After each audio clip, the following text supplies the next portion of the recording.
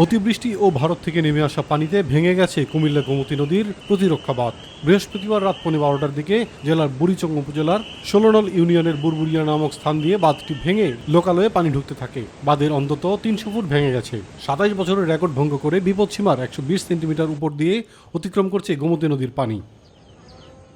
খাগড়াছড়ি সদর উপজেলার পানছড়ি, মহালছড়ি, মাটিরাঙ্গা, মানিকছড়ি, লক্ষ্মীছড়ি এলাকার বন্যা পরিস্থিতি কিছুটা উন্নতি হয়েছে।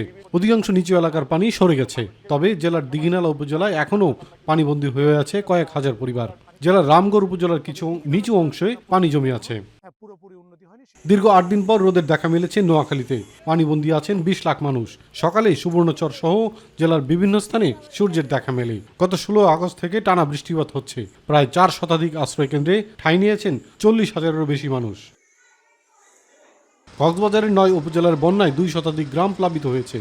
বিশেষ করে চকরিয়া, পেকুরিয়া, মহেশখালী, কুতুবদিয়া, কক্সবাজার সদর, রামু, ঈদগাঁও, উখিয়া, টেকনাফের উপকূলীয় এলাকা প্লাবিত হয়েছে।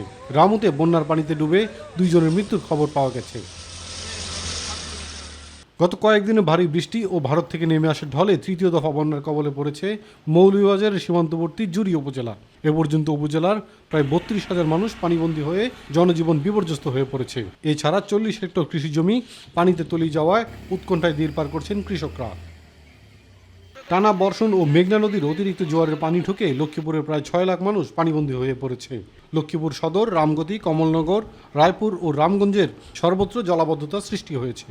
এতে তলিয়ে গেছে বসতবাড়ি সহ ফসলি জমি। জলাবদ্ধতা নিরসনে সবগুলো স্লুইস গেট খুলে দেওয়া হয়েছে। জোয়ারের সময় গেটগুলো বন্ধ করে দেওয়া হবে।